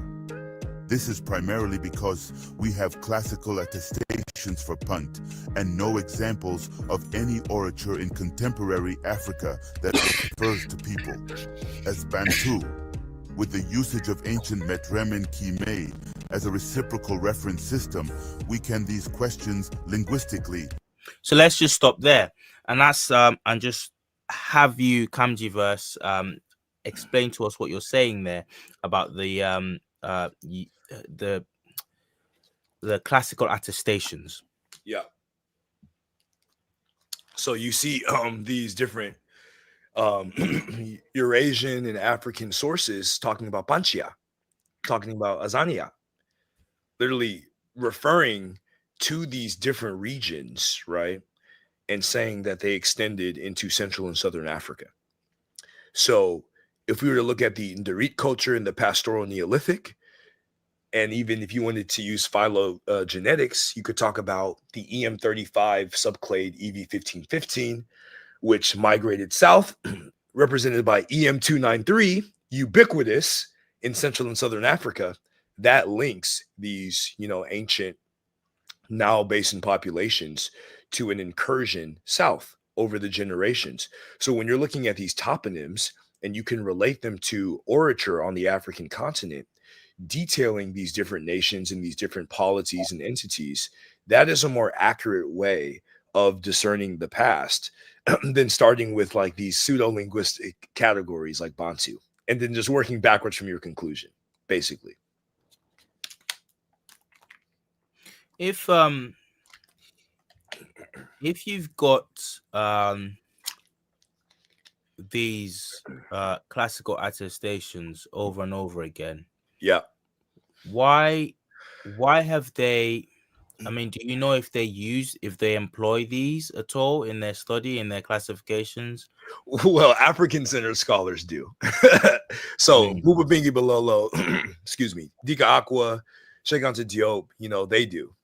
Augustine Hall does, Nasiri Sari, Hamadi Bakum, even Gono, they do. So African-centered scholars, they are using a uniform methodology with respect to this. But Europeans, anything that doesn't fall in line with their geopolitics or their agenda, they will throw it away. They don't care. They will throw it away. And we have to not take what they say without reasonable doubt. That's something that we definitely have to stop doing. And that's why it's very important. I second that exactly. And I'll put that in my own words. That's why it's important for us not to jump on their little bandwagons that they create for us, because we're just constantly chasing our tail.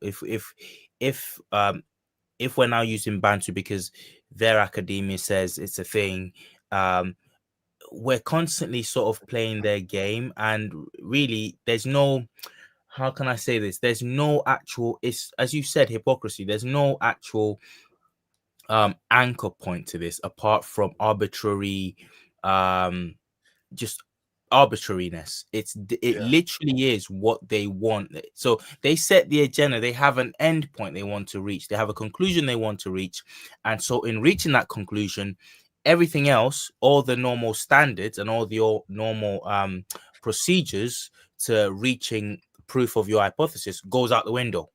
So this classical attestation thing is important because I've noticed the classics. I mean, someone put it really well not long ago. I think it was Professor Carol Cooney in America, in California. This white American lady who tends to favor the African history of the Egyptians. Although she kind of she's a bit wonky a bit. But I've met her personally, and right. You're right about that. yeah. So but she says literally classics is the study of like white boys, is the study of how great white people are. Okay. So and that's okay, cool, but keep the same energy, because when it comes to using those classics that you base, those classical sources that you base a lot of your knowledge of ancient history on, when it comes to their attestations of Africans and African groups and how they've moved, you just throw them out the window. And there's only one reason you do that. It's because it doesn't fit what you want to say about us. Facts. And it's so convenient, and I want more Black people to know.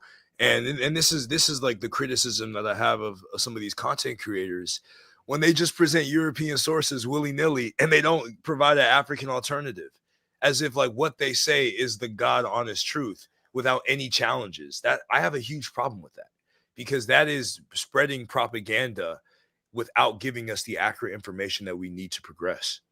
Thank you. Thank you for that. Mm-hmm. Right, I'm gonna skip and go to the section on see if I can make the section on phylogenetics. Yeah, that was at the very end. Yeah, which is around 48. I'm just wary of the fact that you've got other things to do as well. So how much more is left on the video right now? I think we're about over 20 minutes away from that's the a end. lot. That's a lot. Yeah, so I'm gonna go to 40. I think I've got it down as 48 minutes, and I'm gonna go to that because I think that's pretty important what you got to say there as well. Okay, I'll just press play at this point. Etc. is also found. We now know the main lines of the Bakota or even the Kikongo, notes Father Enges Aethiopes. Right, sorry. Ho, Gombe, We're Bahandi, Babinza, Kundu, Pande, Yanzi, Mongo, and others, whom the Ngala Douala recognize as their brothers. Although some European ethnologists insist that there is no Bangala people in Zaire. In fact, more Congolese than the Ngala Douala. The Bangala of Zaire that we have already mentioned are located in the equator region of Zaire, spreading their language, Lingala, and simultaneously their trade in a vast area. It is the Ngala Douala, overflowing the Atlantic coast of Cameroon, Gabon, Nigeria, and Equatorial Guinea, to which the Bombongo are linked as the main core known as Kalbongo by the European navigators of the 16th century, who call them Achalinces Aethiopes, the most important nation of the Western Aethiopoids. The Ngala Douala people experienced segmentation that allowed them to generate other peoples. The research connecting Central and Southern Africa to the classical Happy River Basin is proving to be a highly fruitful area of study. Evidence such as the EM35 subclade EFT 321625, found in the first dynasty of ancient Kemet, and the presence of EY161140, subclade in Cameroon, validate a migration from Kemet to West and Central Africa. Additionally, the presence of EM2 haplogroup subclades, such as EM4, 269 and U29 Tai from pre-dynastic Kemet among the Bamileke of Western Cameroon supports Dr. Dieudonné Toukam's archaeogenetic analysis of the Baladi's origin of the Bamileke. Autosomal and phylogenetic analysis of Central African populations by Dr. Nancy Bird et al. Reveals an ancient Kemetic component among the grassfields people of Western Cameroon.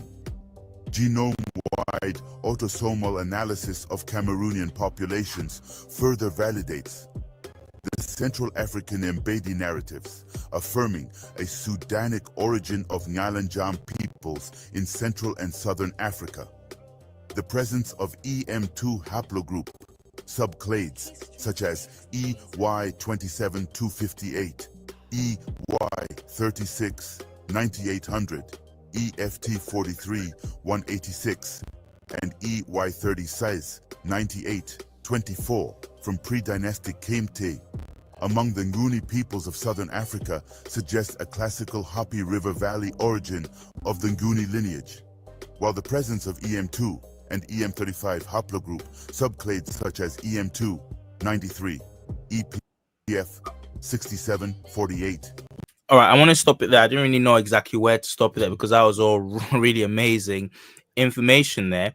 Can you crystallize it for people, because that gets very, very technical there? What essentially are you saying with all those genetic terms? So when you look at these subclades in EM2 and EM35, what you see is a migratory link in the sense that in Northeast Africa, you have ancestral clades, and then in Central and Southern Africa, you have the descendant clades.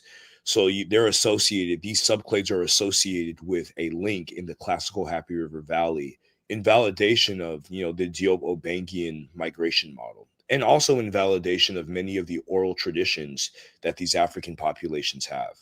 So they're just genetic verification of what our ancestors have articulated about their origins. Wow. But you won't hear this every I think they do one every year when it's in like the Daily Mail, which is our version of the New York Post here in the UK. They won't touch this. They won't touch this, but they will show you studies that purportedly link the Egyptians to Turks or something like that, or like Irish people. Yeah. Exactly. Again, everyone but the people who they shared actual land with. But yeah, so again, that I found this section amazing. So you're talking about, and this again throws all this artificial categorization such as Bantu. It just throws it out the water completely. It's like I recently got, someone said in the chat just now, the fact that Bantu not existing is one of the craziest plot twists of my life.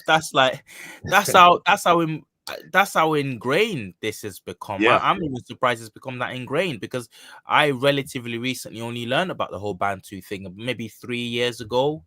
3-4 years ago I came across it. Before that, I'd heard it before, but I didn't know much about it. But 3-4 years ago I was like, wow, this is a real thing. Like, what? So you're saying, I'm supposed to be Bantu? Like, what? Never heard that before. We could take it a step further. Afro-Asiatic does not exist. Nilo-Saharan does not exist. Niger-Congo does not exist. Khoisan does not exist. These are all European colonial categories.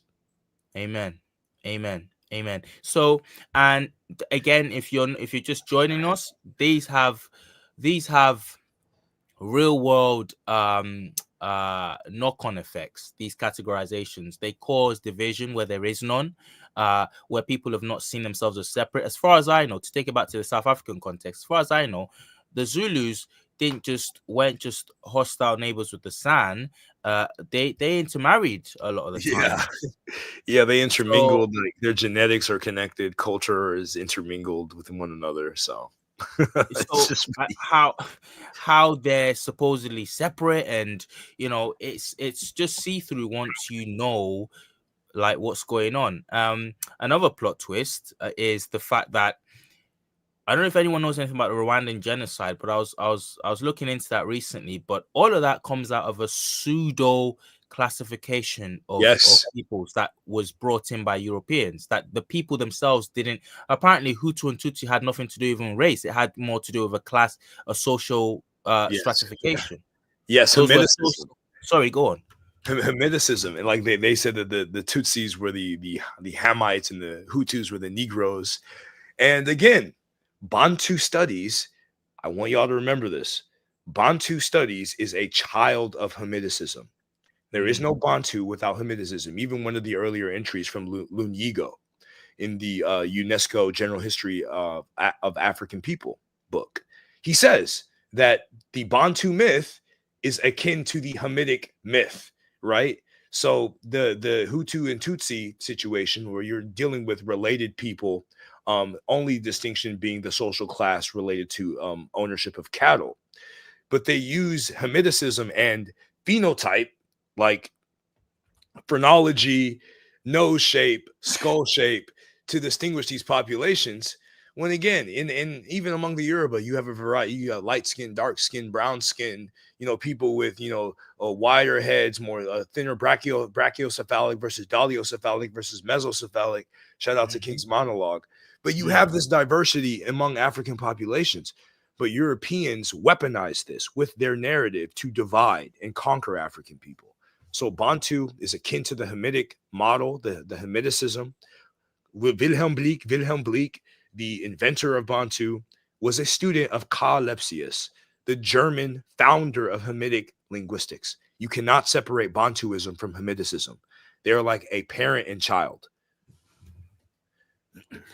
And look, I keep saying this because some people come in the comments on some of the videos and they don't seem to get it. I take it from their particular background and they make comments like, oh, we all just need to get along. And like I'm for that too. Yeah. But you can't do this stuff. You can't actually delve into his history. It's like asking somebody to untangle a ball of twine without I don't know, without like making a mess.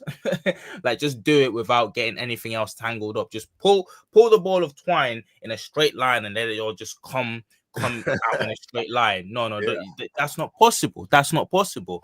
So when we're digging into this stuff, we have to mention the culprits who have entangled this stuff. And sorry, to hurt your feelings, but they tend to be from a particular substrata of humanity. So we can't, like I titled this video, How a White Lie Ruined Black Lives. I'm using a pun there, on the phrase a white lie, an innocent lie, and the fact that this is a lie that comes from white colonizers of Africa. But you can't untangle this stuff without making reference to that. That's impossible. So if you have a guilt about that, that's for you to deal with. Really, it's not for us to try and like play down that part. It's not even for you to deal with it so as much as to say to call it out yourself and be an ally. And I hate to use overtly leftist terms, but just be an ally and say, you know what, that this is about the truth, not about. And the truth is, these were classifications, these were modelings of history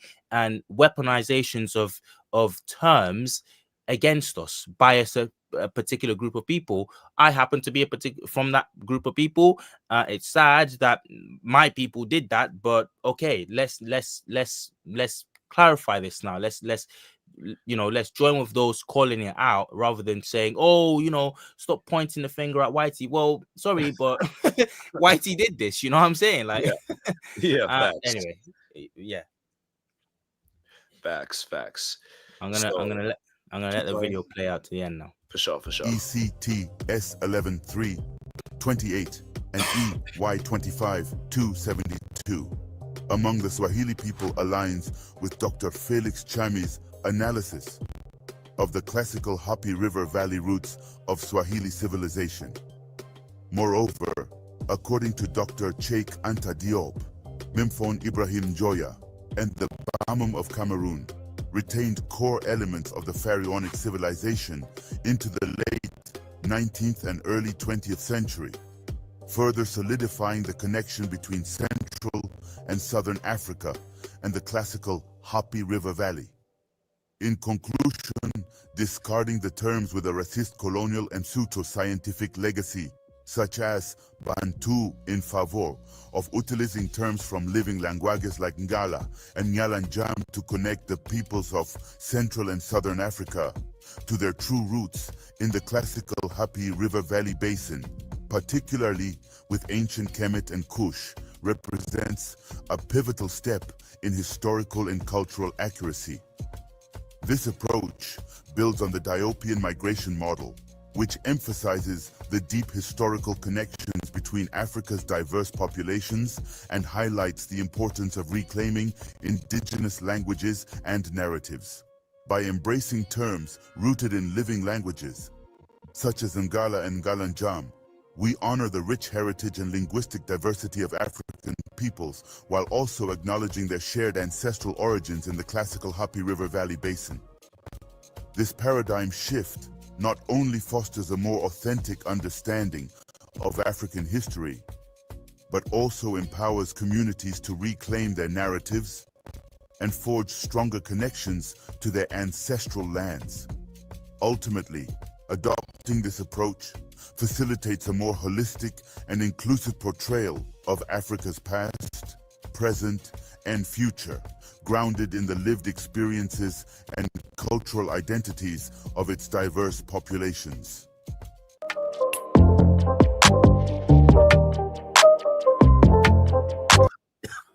That was brought to you. That was a Kamjiverse production, brought to you by Kamjiverse. And I really hope you guys go over to the brother Kamjiverse's channel and subscribe for some really great content on this stuff. I mean, can you just explain to us what Kamjiverse actually means? So Kamji is a term in Madumba of Western Cameroon, and it basically is like the Magi. If you're familiar with Smash Rockwell, like the Magi being the defenders of the Pharaoh. In the Bamileke Western Cameroonian context, that would be the Kamji, which are the nobles who defend the Mvun, which would be our term for Nisu or Pharaoh. So Kamji would be basically similar to a vanguard. And I picked the name of the channel because like we are the vanguards of the truth, and we want to establish our own African Black universe. So Kamjiverse is a combination between Kamji and universe to make Kamjiverse. Wow. I like it. Brilliant. Brilliant. And I love this space in the background. I love that. Sorry? I love the space travel in the background. Like, oh, right. I love that. I think it was a subliminal sort of because I don't know. I think verse kind of played a sort of a subliminal trick on my mind when I was selecting it. Yeah, thank you for that. Yeah. But yeah, you've been listening to Kamjiverse, guys, and I've been massively educated by this conversation. Look out for more of it on my channel and his. There's been a lot left on the table, and don't be surprised if we touch this subject again in the very near future. So I'd like to say a massive thank you to Kamjiverse again. Thank you to everyone, RJ McKenzie, Surfactant, Black Rampage 2, lots of you guys out there who've taken part tonight, Patrina Oldfield. Thank you all, guys. Thank you all very much. So very much. I'm getting tied up in my words there. I'm gonna ask you, Kamjiverse, just to stay on whilst we talk on the back end of this. Oh, for sure. And peace, everyone. From KushToCompton, it's been Trill Black. No doubt. Thank you guys once again.